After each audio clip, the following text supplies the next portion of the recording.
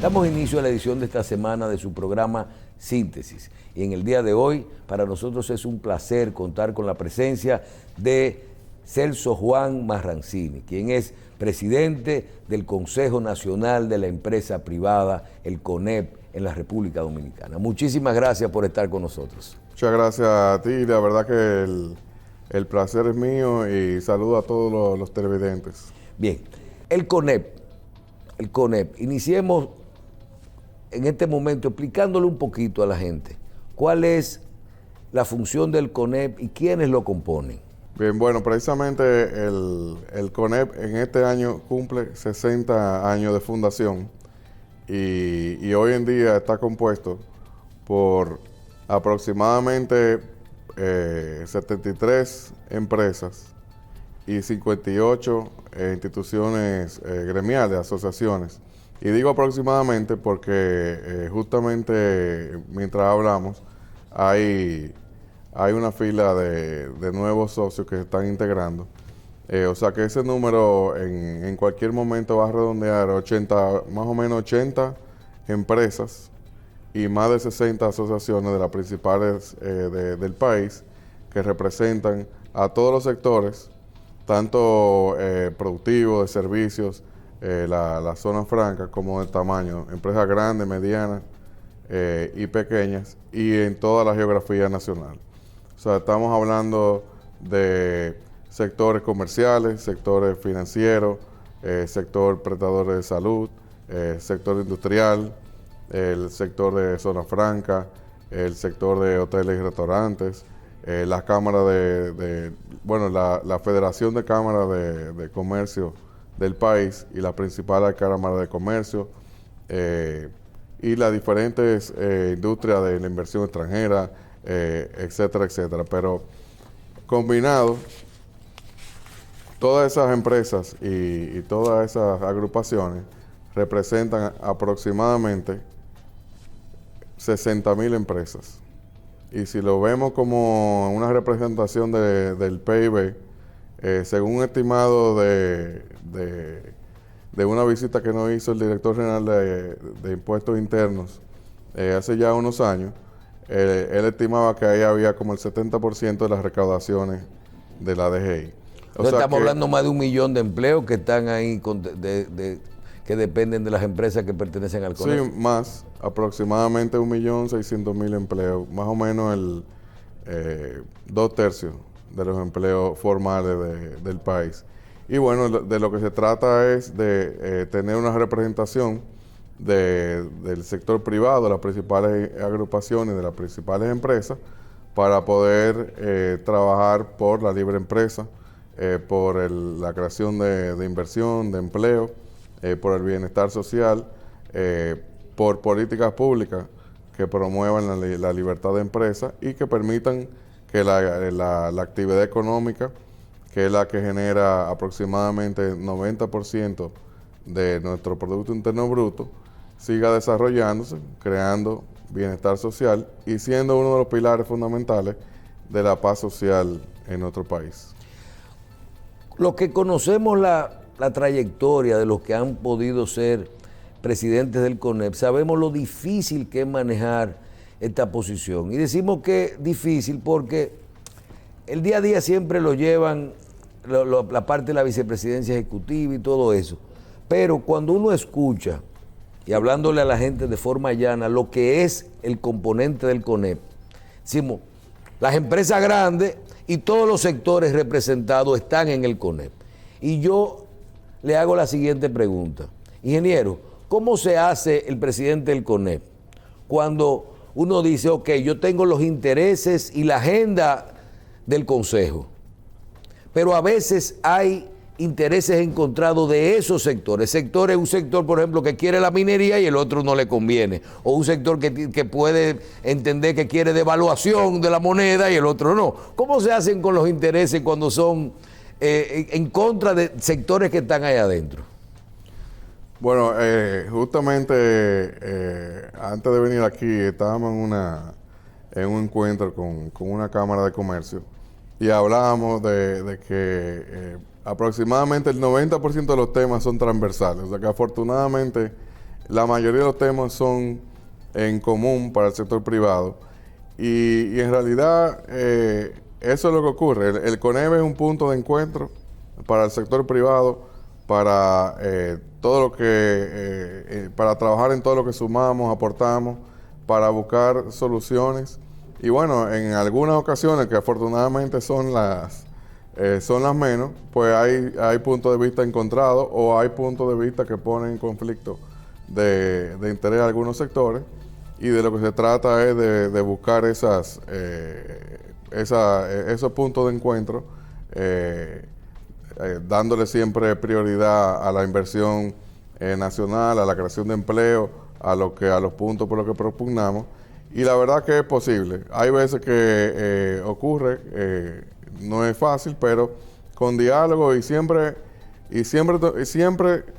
poniendo por encima de todo que ahí venimos a trabajar y a propugnar por lo que sumamos, y por lo que es más importante, pues siempre después se pone de lado lo que sea que esté en conflicto y se encuentra el punto medio o el punto en común.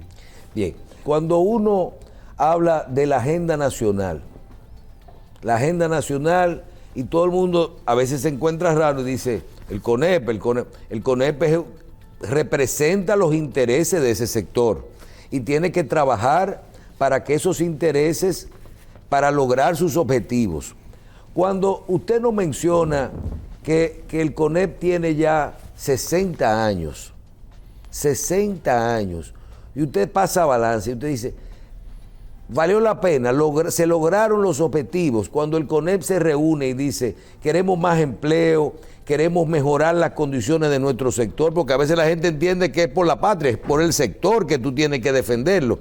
Se han podido conseguir las leyes, los proyectos de ley que mejoren el sector. Claro, desde nuestro punto de vista, el CONEP siempre protege la sociedad dominicana dentro de sus intereses, pero eso hay que entender que es así. ¿Usted entiende que pasando balance las cosas han ido bien?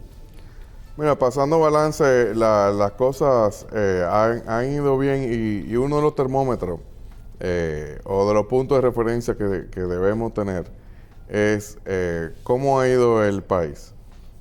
Si decimos que el país tiene aproximadamente más de 40 años de estabilidad política, que el país tiene un crecimiento económico sostenible de más de 20, 25 años, que cuando nos comparamos con otra democracia, vemos que nuestra democracia tiene mucha más estabilidad que la de, desgraciadamente, que la de muchos vecinos, y ahora que se suman más vecinos, lamentablemente. Si vemos que nuestro país goza de una paz social, si vemos que el año pasado pasamos a la barrera de los 4.000 millones de dólares de inversión extranjera, y nos convertimos hace ya tiempo en líderes en atracción de inversión extranjera en toda la región del Caribe. Pasamos a ser la sexta economía de América Latina, superando a Ecuador. Hemos pasado una crisis generada por la pandemia, una crisis luego de inflación que todavía no termina. Vivimos en un momento de grandes adversidades y de temas económicos y geopolíticos que afectan el mundo y que crean incertidumbre.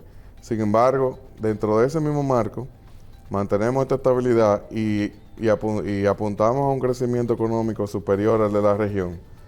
Pues podríamos decir que en algo hemos sido exitosos y que ha valido la pena. Y ha valido la pena teniendo siempre una visión de cuáles son las necesidades del sector, en este caso del sector privado, pero también de tener un enfoque en generar bienestar social, en generar empleo, y tener también una conciencia de cuál es la agenda nacional, para poder lograr tener un diálogo permanente con el gobierno, un diálogo permanente con los sectores sociales, y en ese marco, pues ser un ente que propugna por lo que conviene a nuestro país, que en este caso es un crecimiento económico sostenido con bienestar social.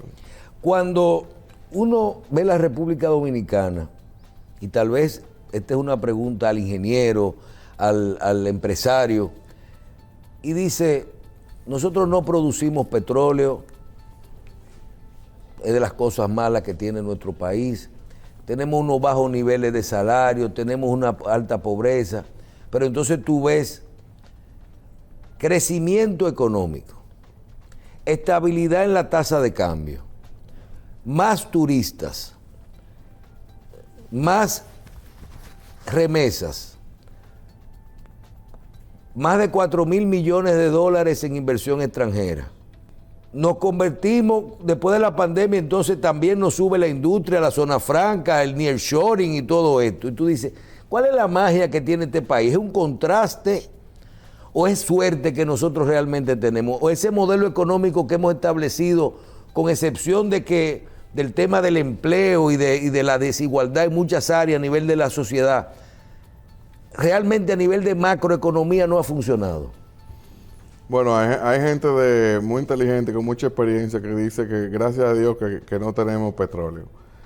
Haciendo alusión a que países con producción petrolera pues están sufriendo de grandes crisis de otra índole, incluyendo social y política. Cuando hacemos ese análisis, realmente, y es importante, porque es una forma de hacer una introspección y decir, bueno, ¿qué es lo que hacemos bien para seguirlo haciendo? Y uno de esos aspectos es lo que acababa de mencionar, estabilidad política, una diversificación de los sectores económicos. O sea, en los últimos 60 años es que han surgido los sectores económicos de la República Dominicana. Y se acabó la caña, el azúcar, el café, el cacao. Bueno, han evolucionado, y han surgido otros. Pero hace 60 años salíamos de una dictadura donde el dictador era responsable de un número extravagante del Producto Interno Bruto, porque prácticamente todas las empresas o eran de él o incidía sobre ella. Entonces, a partir de esa época, se van diversificando nuestra economía, una economía agrícola, una economía que empieza a ser industrial, una economía que se diversifica hacia la zona franca, luego surge el sector turístico, de hoteles y restaurantes, luego también crece todo lo que es los servicios financieros, una banca con una estabilidad envidiable por otros países. Y bueno, y llegamos al día de hoy, analizamos... Las mismas telecomunicaciones, sí, tradicionalmente son... Telecomunicaciones que son modelos en toda la región, con tecnología de vanguardia, con una penetración envidiable a toda la población prácticamente. Entonces, hacemos el balance, analizamos, tenemos una economía diversificada, que genera divisas de forma diversificada también, exportaciones agrícolas, exportaciones industriales, exportaciones de zona franca, exportaciones mineras, un sector turístico que no para de crecer, que es de lo que mejor o ha sido incluso modelo en la reactivación luego de la pandemia, que ya rompió la barrera de los 8.000 millones de dólares. Tenemos también líder de inversión extranjera. Tenemos remesa, que bueno, no es un sector productivo, pero realmente... Pero no hay que pagar. Es una generación de divisas que va directamente a la población y que es responsable de un consumo impresionante en el país. Entonces, vemos que con una economía diversificada que tiene también encadenamiento productivo, porque un sector le sirve al otro, junto con una estabilidad política y junto con una paz social, es la clave del éxito, porque vemos que en otros países, lamentablemente, cuando falta una pata o dos, no se logra el resultado. Entonces, de lo que se trata es de fortalecer lo que tenemos, seguir fortaleciendo esos sectores productivos y seguir propugnando por la generación de más inversiones, de mantener ese crecimiento económico, que es lo que permite que sigan generándose más empleo y empleos formales y de calidad. Yo soy de los que dice que ningún gobierno quiere que las cosas le salgan mal. Hay gente que dice, no, que fulano hace, que no hace. Digo, si todos los gobiernos quieren que las cosas les salgan bien. En este momento, y usted ha hecho referencia muchas veces a la estabilidad política, y yo me quiero ir más allá, al vínculo, a cómo ese gobierno escucha a los diferentes sectores. En este momento, la relación, hay mucha gente que no entiende lo importante de la comunicación, de escuchar, de tratar de buscar alternativas a los diferentes sectores para lograr las metas en conjunto y sobre todo la estabilidad. En este momento, esa relación con los sectores de gobierno, Congreso y cosas, ¿hay apertura? Sí, definitivamente. Y usted decía, a todos los gobiernos les quiere ir bien. Y realmente nosotros quisiéramos que a todos los gobiernos le vaya bien, porque cuando le va bien al gobierno, le va bien al país, le va bien a la sociedad y le va bien al sector privado. Entonces, esa comunicación, ese diálogo abierto y permanente, que así es que lo llamamos, existe con el gobierno, con el Poder Ejecutivo, existe con el Congreso, y ha sido clave en el pasado, y ha sido clave recientemente también en todas estas situaciones adversas que se han presentado por la pandemia, para lo cual no teníamos experiencia previa, ni siquiera ningún tipo de preparación, sino que sencillamente hubo que sentarse y dialogar y buscar las mejores soluciones para el momento, como por ejemplo toda la respuesta al tema sanitario, toda la respuesta y el manejo de las autoridades del Banco Central con el tema monetario, todo el manejo y las medidas que se tomaron con el empleo, cómo mantener el empleo, cómo reactivar el empleo, cómo reactivar la economía después de haberla paralizado a casi todos los sectores de la economía nacional. Y en todo eso fue clave el diálogo. El diálogo ha sido clave también para lidiar con la presión inflacionaria en nuestro país, aunque no hemos escapado de esa inflación, pero podemos decir que se ha mitigado en cierta forma. Ahora también es clave para las medidas restrictivas para contener la inflación. En fin, ese diálogo ha probado ser clave, y yo pienso, y nosotros estamos convencidos, que hacia el futuro es fundamental para que nuestro país siga dando los pasos necesarios para fortalecer ese posicionamiento que tenemos hoy y para resolver también múltiples retos y desafíos que tenemos como país, como lo tienen los demás, hacia el futuro. Pero con la confianza en nuestro país, en la economía, lo cual es clave para las inversiones, y con la confianza de que a través de ese diálogo podemos seguir venciendo los desafíos que tenemos como país. Cuando vino el tema de la pandemia, nosotros fuimos testigos de la importancia, no de lo que hizo el CONEP, sino el sector empresarial, que fueron los primeros que llegaron en comunicación con las autoridades, con la gente, con aporte. Creo que las primeras pruebas, vacunas y todo eso llegó cuando tenía que llegar. No había mucho tiempo de hacer las cosas. Ya hoy, tiempo después de todo este ciclo, si usted analiza los niveles y decimos la inflación, el control de la inflación, el nivel de empleo, se ha vuelto el nivel de empleo, el tema de las ventas, los costos, por ejemplo, hemos visto que se ha ido estabilizando el tema de los fletes y con toda una guerra que nos vino después en el tema de Ucrania. ¿Usted entiende que las cosas se han ido estabilizando?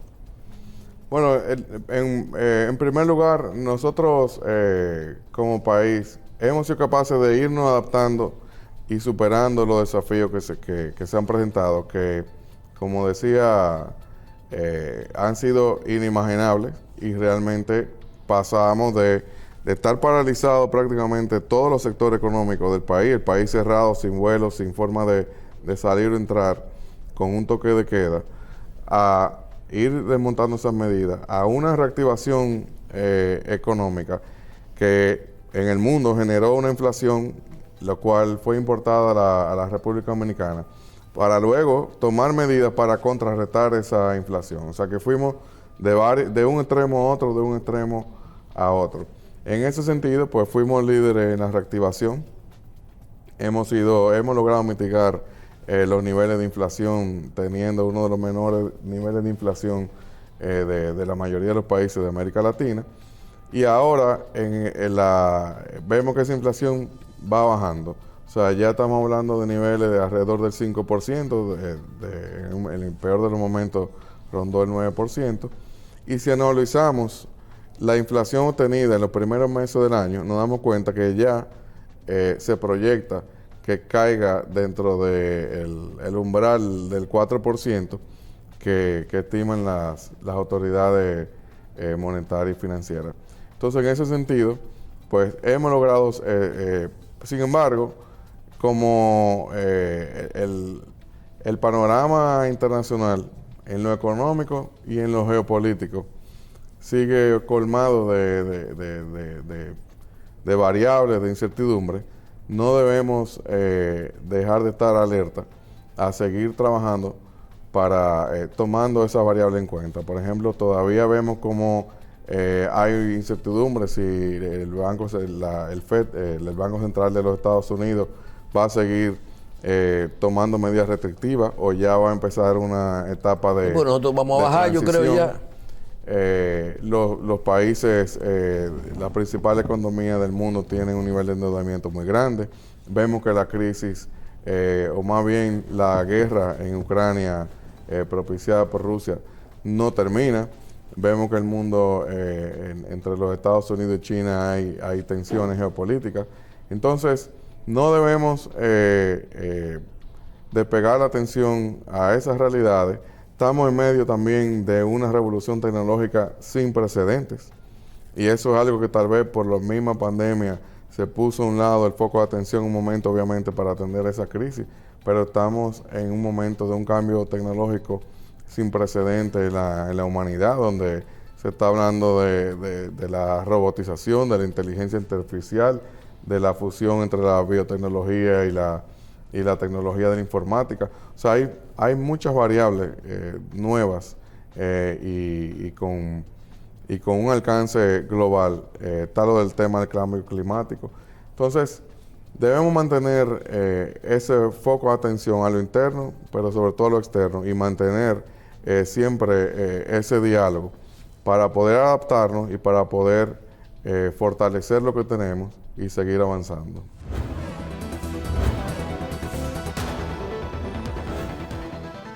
Bien, ¿cuál es la visión del CONEP con respecto al problema de Haití?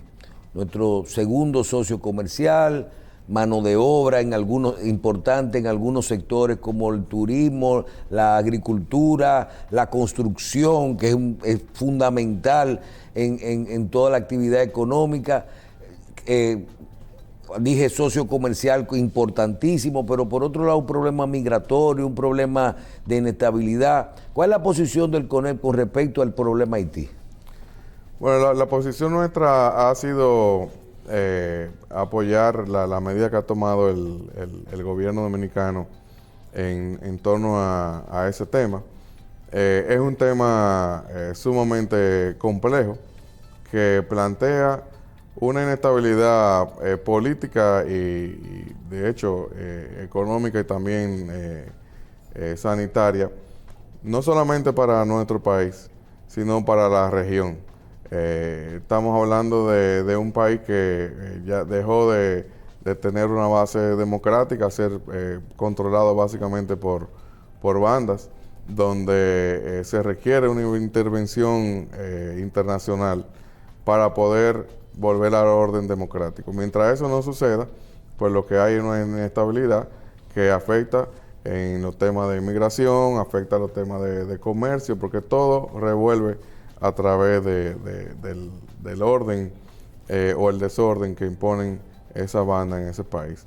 Entonces, la República Dominicana es como país frontera con Haití, el más afectado, porque tiene que resguardar la frontera para poder regular todos los temas de seguridad nacional, todos los temas migratorios y a la vez, en lo posible, pues apoyar al país vecino con flujo de comercio, básicamente todo lo que se pueda suplir de los bienes básicos que necesita Haití.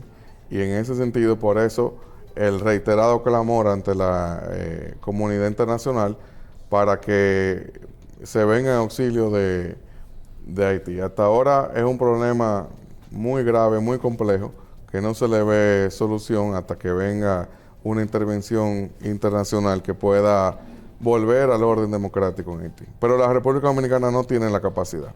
Por eso a veces esa respuesta luce incompleta, pero es que realmente tenemos que tener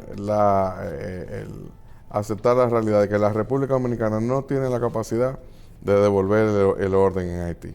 Más bien, lo que tiene la capacidad o lo que debe hacer es resguardar su frontera y aunar esfuerzos con la comunidad internacional para que ocurra una intervención armada en Haití que busque pacificar ese país y a la vez volver al orden democrático. Hay un grupo de reformas que son los temas de interés nacional y que todos de una forma o de otra están vinculadas al sector empresarial, a los sectores productivos. Iniciemos hablando un poquito, y el CONEP es parte de todo, inclusive hay un diálogo en torno a estas reformas. Iniciemos hablando un poquito, yo creo que de la primera de ellas, que es la seguridad social. En este momento hay muchas, yo digo que aquí se ha venido, que tenemos una ley, que es una ley mejor que lo que no teníamos antes, que no teníamos nada, que ha ido avanzando y que hay que realmente revisarle muchos aspectos, pero aspectos que son para mejorar y para hacerla más eficiente. En este momento, ¿cuál es la situación de la Ley de Seguridad Social?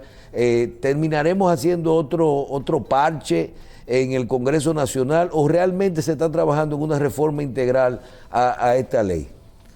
Bueno, realmente hay que reconocer lo que usted mencionaba, de que si vemos 20 años hacia atrás, pues incluso por un tema generacional, tal vez algunos no recuerdan lo que era el Instituto Dominicano de Seguridad Social, el IDSS, o que realmente no existía ningún tipo de pensión para el trabajador.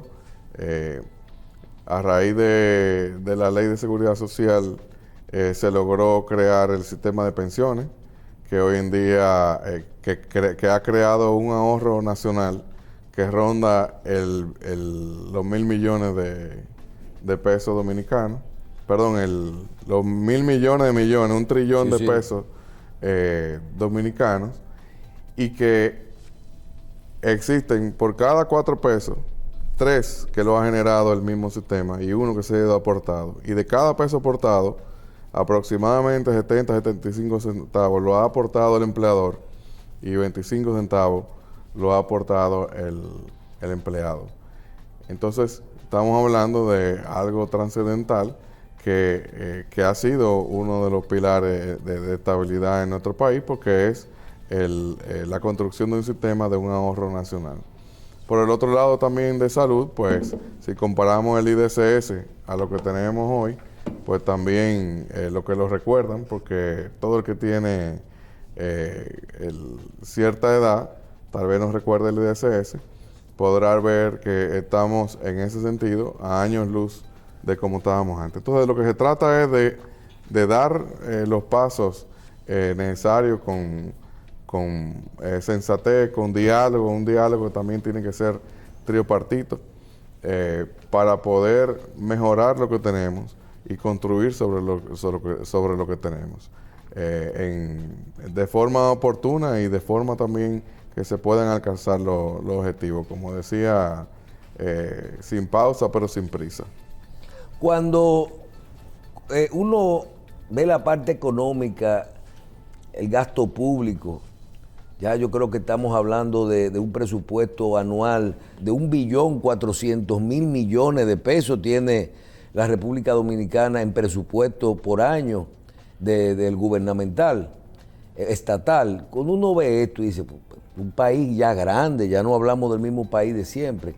Y yo recuerdo, antes de la pandemia, que nosotros veníamos realizando programas de televisión sistemáticos, siempre con todos los sectores, y era una necesidad hacer una revisión, una reforma fiscal integral, porque el país, que estábamos endeudados muy alto con respecto a nuestro Producto Interno Bruto, y había que buscar que sea más un modelo de impuestos que sea más simple, que subir la presión tributaria, pero que más gente pague y todo eso. Siempre por una razón u otra, cuando no era porque venían elecciones, ya no se podía manejar una reforma fiscal, siempre se politizaba el tema. Nos metimos en pandemia, ahí fue que hubo que coger prestado. La necesidad, ¿cómo se puede separar lo que es hacer una reforma fiscal que no necesariamente tiene que ser una carga más para los sectores productivos más grandes, sino tal vez una simplificación o buscarme que otras personas paguen o niveles de eficiencia? ¿Qué se puede hacer para lograr esto? Y en un momento dado, cuando mira, uno acaba de terminar, ya estamos en elección otra vez. O sea, tú no puedes pensar, nunca hay el timing para esto. ¿Qué opinan ustedes como CONEP de la necesidad real que tenemos como país a futuro de poder hacer una reforma fiscal organizada y que busque realmente que todos los sectores se estabilicen en este sentido? Bueno, eso es un tema importantísimo, sobre todo de cara al futuro. El precedente o el referente que teníamos o que tenemos todavía, porque es una ley y no podemos decir que no lo es la Estrategia Nacional de Desarrollo, que mandaba o manda un pacto educativo, un pacto eléctrico y un pacto fiscal para abordar de los principales temas estructurales y sistémicos que se entendía que en el rango económico y social tenía nuestro país en ese entonces. La realidad es que hoy en día esos son temas pendientes, por un lado, y son temas que las variables nuevas que trajo la pandemia y todas sus consecuencias, hay que tomarla en cuenta para resolverla.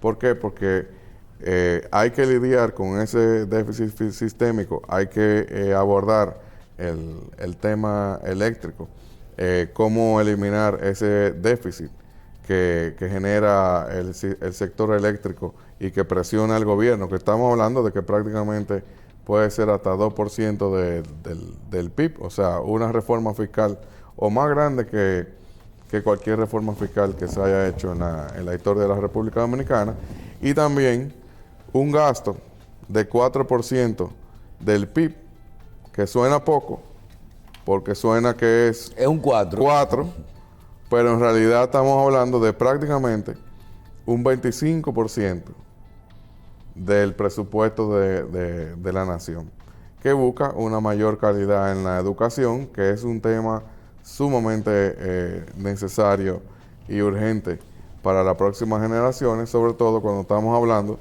de que los cambios tecnológicos que requieren que el nivel educativo de las naciones sea superior, no nos van a esperar. Nosotros tenemos que prepararnos para ello, y para eso hay que tener gente educada y luego preparada. Entonces, son temas pendientes que hay que revisar, que están sumamente relacionados, que se plantean grandes retos para el país en el futuro y que requieren de mucho diálogo para poder abordarlo y oportunamente ir tomando las medidas que pongan en dirección al país de subir la calidad de la educación, de eliminar ese déficit eléctrico y eventualmente también ir fortaleciendo los ingresos del Estado sin afectar la confianza que hay hoy en día y sin afectar también ese crecimiento económico y sin afectar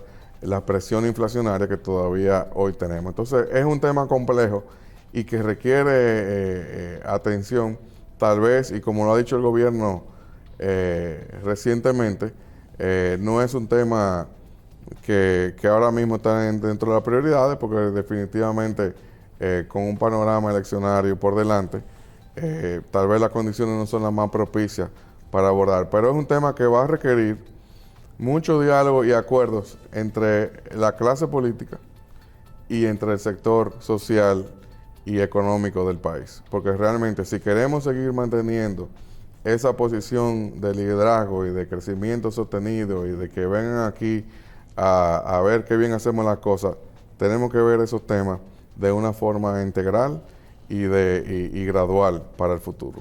Bien, ingeniero, le confieso que durante muchos años participé en la parte de comunicaciones con Gabriel del Río, con Pepe Abreu, bregando con los temas de la mejoría en los salarios. Y nosotros siempre hablábamos, conversábamos, discutíamos, y siempre era una guerra eterna, los tripartitos, el gobierno, los empresarios, los empleados, yo quiero que me suban, y nosotros a veces decíamos, pero ya pidan un 10 para no bajar de un 30, y era una guerra eterna. En los últimos meses nosotros vivimos algo diferente, y vimos que con todos los problemas post pandemia y todo eso, y la necesidad, la inflación y todo eso, el CONEP propone un aumento, dice que es necesario un aumento salarial. Y no hemos visto una queja más nunca, los sectores están aliados. Hablando de código de trabajo, código laboral o de trabajo y de aumento de salario, ese consenso, ahí veo el ministerio, que es la parte gubernamental, anunciando siempre de forma sistemática aumentos que inclusive tocaban el año que viene, se han ido realizando. Ese consenso que hay entre los tres sectores, ¿es realmente como se percibe desde afuera? Lo que está ocurriendo es adentro, es que el CONEP tomó la decisión de aliarse con los otros dos sectores para buscar una mejoría en el trabajador y no discutir más con respecto a, ¿había una necesidad real de un aumento de salario? Sí, definitivamente los dos aumentos de salario que se han realizado, haciéndome referencia al 2021, justo saliendo de la medida más estricta de la pandemia, y ahora en el 2023, haciendo una excepción a lo que manda la ley, porque la ley manda una revisión cada 2 años del salario mínimo, y excepto que haya bajo condiciones extraordinarias, que a eso fue que apelamos para poder hacer la revisión un poco antes, y en un periodo de 1 año y medio se volvió a revisar el salario. El sector privado realmente hizo un esfuerzo extraordinario en poder alcanzar 2 aumentos salariales en menos de 2 años y con unos porcentajes altos comparado con los anteriores. Que superaran, que compensaran la inflación y además aportaran un porcentaje sustancial adicional para poder acercar el salario mínimo al salario real o al punto de referencia que se utiliza, que es el quintil más bajo de la canasta básica para una persona. Si lo usamos como las autoridades monetarias, que es 1.4 personas, pues ya eso lo excede. Con eso se logró que el salario mínimo para una persona prácticamente iguale o se acerque bastante a ese quintil, y también pues ya lo excede cuando se multiplica por 1.4. Y en realidad lo que ocurre es que a través del diálogo tripartito, donde cada cual obviamente está el gobierno, están los trabajadores, está el sector privado y los diferentes sectores que discuten salario mínimo, cada cual tiene sus realidades y son muchas veces diferentes, pero yo creo que en estos diálogos ha primado el interés y el interés en el país y en la paz social, y parte de ese esfuerzo extraordinario pues responde a eso, porque en un momento donde hay que combatir una inflación, la paz social es un elemento fundamental, y cuando volvemos atrás a analizar qué hacemos bien aquí, es que realmente hay un equilibrio, o sea, estabilidad económica y paz social es lo que permite, es la base que permite que haya un desarrollo económico, que exista una confianza en el país, que permita que los sectores económicos puedan invertir, y además de eso se atraiga inversión extranjera, cerrando el ciclo virtuoso con la generación de empleo. Entonces, en momentos adversos, donde el salario se vio, el empleo se vio mermado por la pandemia, que luego hubo que reactivar la economía y que luego vemos toda esta presión arancelaria, era importante hacer ese esfuerzo confiando en el futuro. Y lo más importante que se logró, sin trauma, que se logra sin trauma a través de ese diálogo tripartito, porque realmente el rol de cada sector es defender ese sector, pero yo creo que cada cual puso de su parte para lograr esos acuerdos, y estamos confiados de que ese diálogo tripartito seguirá siendo la base para muchos temas también que tenemos pendientes más adelante. Bien, ingeniero, finalmente de estos temas de interés, hay uno que no podemos dejar, y es, nosotros somos, nos encanta la producción nacional, la parte agrícola, ser autosostenible en producción de comida, y a nosotros nos gusta, pero nos gusta fabricar aquí, la industria dominicana, la mano de obra, y usted parte, fuera de presidente del CONEP, usted también es parte de los del sector industrial importante en nuestro país. Realmente, ¿cómo está ese sector? ¿Se ha incrementado tanto el trabajo ahí adentro? ¿Realmente hemos podido lograr niveles de exportación en algunas áreas? Hablen un poquito del sector, de ese sector productivo que usted parte, que es la industria dominicana. Ese es mi sector, de ahí que yo vengo, pero ahora tengo que representarlo a todos. Pero realmente el sector industrial, pues, ha sido un elemento clave en todo el desarrollo nacional, desde que hablamos de esos 60 años de historia. Justamente la Asociación de Industria, a mí me tocó también celebrar los 60 años el año pasado, porque justo después de que cayó la tiranía es que surgen los principales sectores del país. Y podemos hacer una analogía, precisamente aproximadamente 60 años que surgen la primera industria que no eran del dictador, y con eso empieza toda una industrialización en nuestro país. Hoy en día, y podemos ver cómo en la pandemia el sector industrial de productos esenciales para la población, alimentos, cuidado personal, medicamentos, etcétera, no paró, y así es la agroindustrial. Y aquí no faltó absolutamente nada. O sea que tenemos un país que no solamente cuenta con un sector industrial que genera empleo formal, que autoabastece el país en cualquier circunstancia, que además genera aproximadamente 2.000 millones de dólares de exportaciones, que además tiene uno de los salarios más altos de los sectores económicos del país, que también contribuye con más del 25% de los impuestos que recauda la Dirección General de Aduanas. Vemos que es necesario que en nuestro país exista una industria y que además siga fortaleciéndose, porque además es la base de esa diversificación económica que hablamos, porque la industria le suple al turismo. El turismo genera demanda para la industria, pero la industria le suple, le facilita el tener los productos localmente, le abastece lo que necesita. Así también la industria de la zona franca cada vez más se vinculan más y se crean los encadenamientos productivos, y la industria se convierte en un suplidor no solamente de los insumos que necesitan los empleados de la zona franca, que así era al principio, sino ya de los insumos que necesitan la zona franca para exportar. Pero las industrias también se han internacionalizado, se han automatizado, se han convertido tecnológicamente para poder competir fuera. Entonces, de lo que se trata es de fortalecer esos sectores productivos, siempre tomando en cuenta que con la competencia internacional, porque nosotros no estamos al lado del mundo, el mundo está interconectado. Y si bien hay esa gran oportunidad de atraer y de fabricar más en nuestro país para poder abastecer a los Estados Unidos, fruto de esta desglobalización o regionalización de los flujos de comercio, hay que hacerlo siempre tomando en cuenta los factores de competitividad que tienen nuestros competidores. Y esto es un momento realmente extraordinario, o sea, para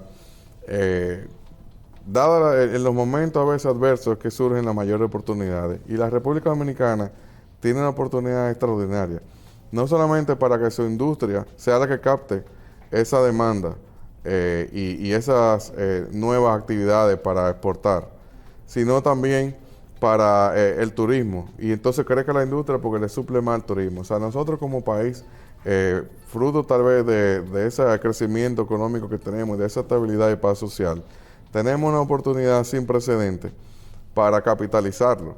Porque lo que estamos viendo en Sudamérica es fuga de capitales, incertidumbre por los gobiernos que tienen o por la situación política.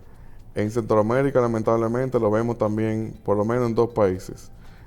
Algunos no lo tienen y son aliados, por ejemplo, en esto de la alianza, la ADD, para capitalizar lo que llaman los americanos el nearshoring o el friendshoring. Pero nosotros tenemos esa gran oportunidad porque somos la economía más diversificada de la región.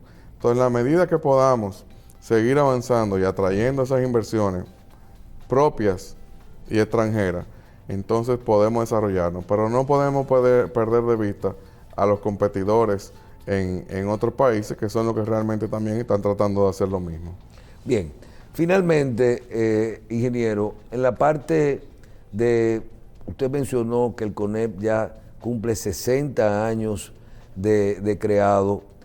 Háblenos un poquito de qué tenemos, qué actividades tenemos en el marco de estos 60 años, cómo se siente con que le haya tocado esto, con lo que ha logrado el CONEP hasta el momento, y cuáles son los principales objetivos que tiene el CONEP para los próximos 60 años. Bueno, realmente para mí es un gran honor que me haya tocado, por coincidencia histórica, celebrar estos 60 años, y realmente es un compromiso muy grande. La próxima semana tenemos una actividad en el Hotel Embajador, en el Garden Tent, para conmemorar el Día de la Empresa Privada y el inicio de la celebración de los 60 años, con un acto en que asistirá el presidente de la República, los principales directivos asociados del CONEP, funcionarios, embajadores, congresistas, amigos, etcétera. Y realmente de lo que se trata es de hacer un repaso de en qué hemos sido exitosos y plantearnos los retos del futuro y fortalecer esa, no solamente institucionalmente, sino aunar más esfuerzos y fortalecer ese punto de encuentro que tiene el sector privado para seguir propugnando por la empresa privada y por el desarrollo de nuestro país. También en este año vamos a realizar la 10ª convención empresarial, que culmina ya en noviembre.